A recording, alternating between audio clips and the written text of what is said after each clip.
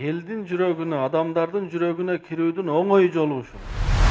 Бирок ушунчалык деңгээлде жакшы көрөбүз, эң ыйык болгон мечиттерибиздин аттарын бергенбиз. Өтө көптөгөн жыл туруп калуу мезгилинде ошол жерде пайдасы тиет.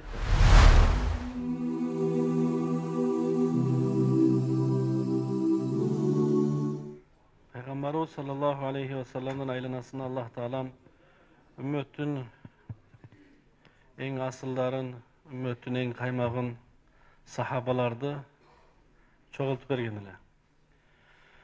Пайгамбарыбыз саллаллаху алейхи ва салламдан сахабалар иман, илим, таква, сыфат, адеп, ахлак бүт үйрөнүп, даражаларын Аллах өтө бийикке көтөрүп, дүйнөдө тирүү кездеринде эле Аллах алардан разы экендигинин жарыясын кылды. Ошол сахабалардын осуяттары биз сиздер үчүн дагы ошол даражага жетүү үчүн, ошолордун жолун жолдоп, ошолорду ээрчүү үчүн ошондой адамдардын насааттары бизге керек. Hazret Abu Darda radıyallahu anhu nasihatında aytkan: "Amma ba'd أخرج ابن عساكر عن أبي الدرداء رضي الله عنه أنه كتب إلى مسلمة بن مخلد أما بعد فإن العبد إذا عمل بطاعة الله أحبه الله فإذا أحبه الله حببه إلى خلقه وإذا عمل بمعصية الله أبغضه الله وإذا أبغضه الله بغضه إلى خلقه." Hazret Abu Darda radıyallahu anhu sahaba Maslama ibni Muhallad деген tabiiге кат жазды. Катында эмне деген мазмун эле, төмөнкү мазмун. Аллахка мактоолор, Пайгамбарыбыз саллаллаху алейхи ва салламга салату саламдардан кийин сага айта турган сөзүм төмөнкү деди. Акыйкатта качан адам баласы Аллахка моюн сунуп, баш ийип, Аллахка сыйынып кулчулук кылчу болсо, Allah al adamды жакшы көрүп калат.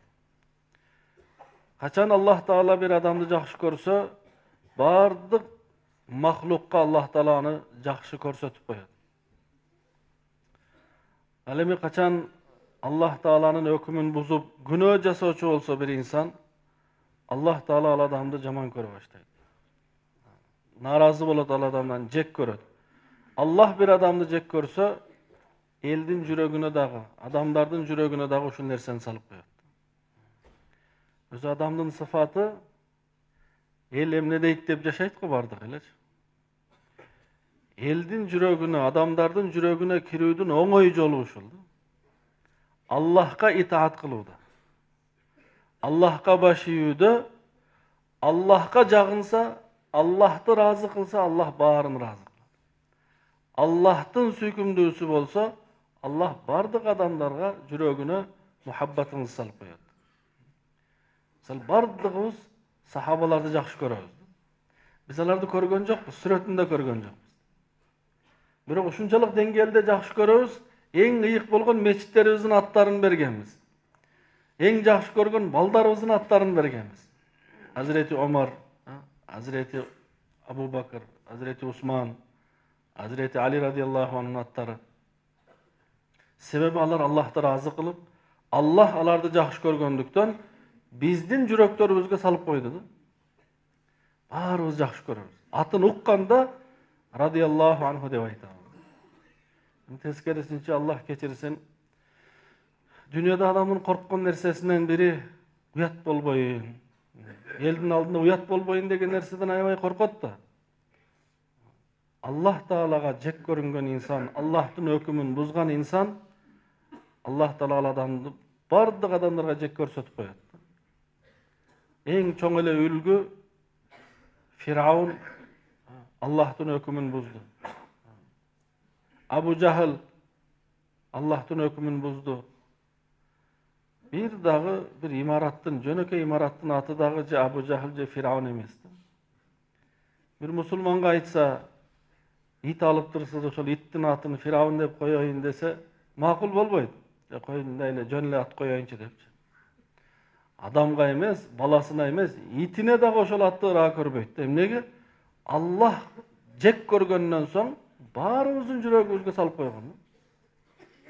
Ошондуктан Allah'tın razılığın tavu Allah'a baş iýүү menen. Alemi Hazreti Abu Zar radıyallahu anhu biz sizlerge ümmetke özünün kımmatlı osiyatlarını aytkan. An Sufyan Thawri radıyallahu rahimahullah kal, Qama Abu Zarrin el-Ghifari radıyallahu anhu indel Ka'beti. Faqala ya eyyuhan nas, ana Cundub ibn el-Ghifari halummu ila al-akhin nasih el-şafiqi.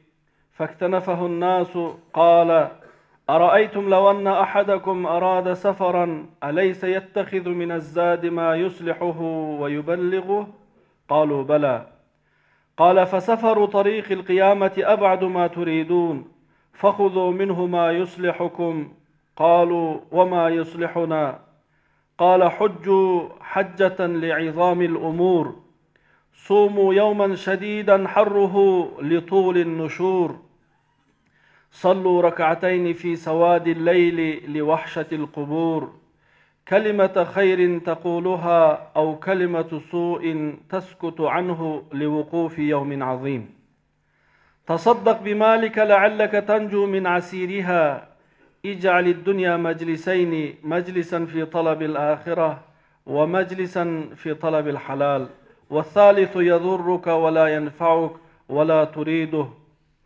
اجعل المال درهمين درهما تنفقه على عيالك من أحله ودرهما تقدمه لآخرتك والثالث يضرك ولا ينفعك لا تريده ثم نادى بأعلى صوته يا أيها الناس قد قتلكم حرص ما لا تدركونه أبدا. Öte kerektu tereň mazmunda osiyat aytdı. Sufyan Savri bu okyanı bayandayt. Sahabalardı görgön tabi'i Abu Zar Gifari radıyallahu anhu Ka'banın canında turup eldi özünü köngül burdurup elge karab aytdı. Hurmatlı adamlar, men atım Cundub Gifar urusundan bolamun. Jakыныraak kelgile men silerge jakşılık kaalaymın dedi. Men silerge merimdүүmün, jakşılık kaalagan adamмын dedi. Şamdan keyin jakın keliңiздер, jakşı sözler bolat dep elan bolat go. Oşonday elan kıldı.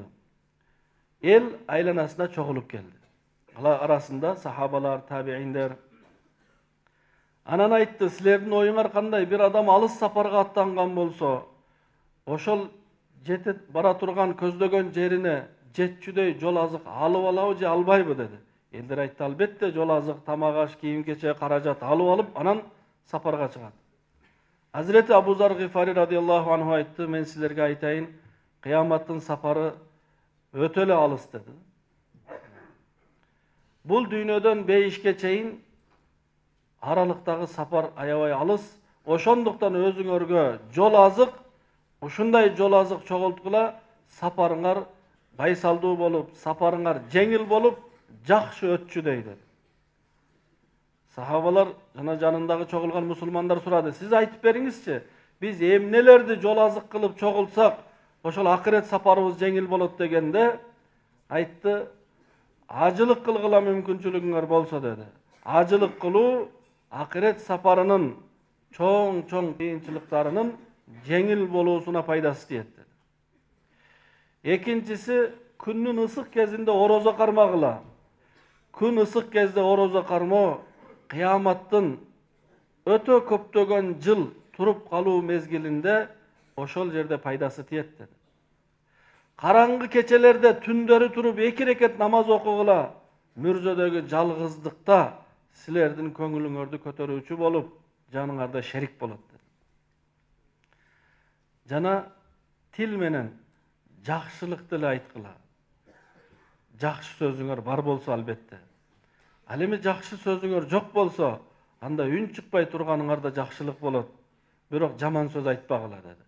Tildi saktay turgan bolsaňar, kıyamat gününün kıyınçılıklarından kutulasıňar dedi. Özü adam balası baykap görseňiz ibadatlarda aytyp kelip jatat.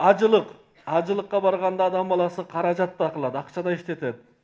Den solugundagı işletet, uwaktysındagy işletet, okuwçu dualar bar. бүт бардыгы бириккен.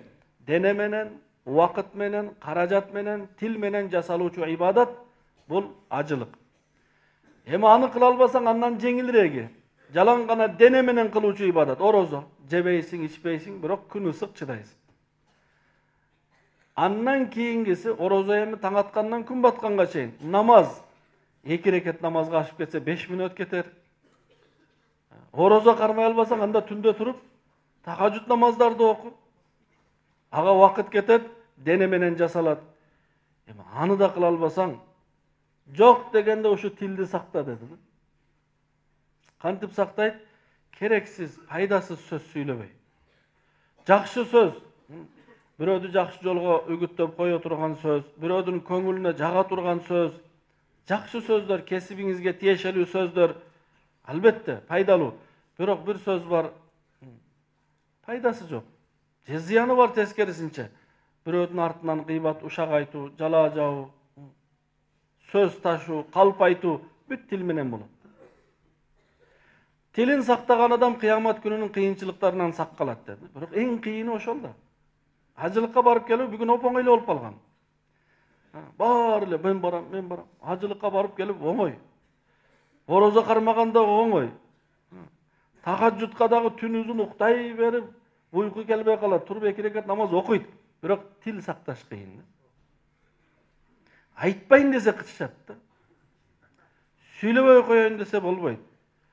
Эң чоң пайдалуу ушул кыяматтын кыйынчылыктарынан кутулууга пайдасы тиет тилди сактоо.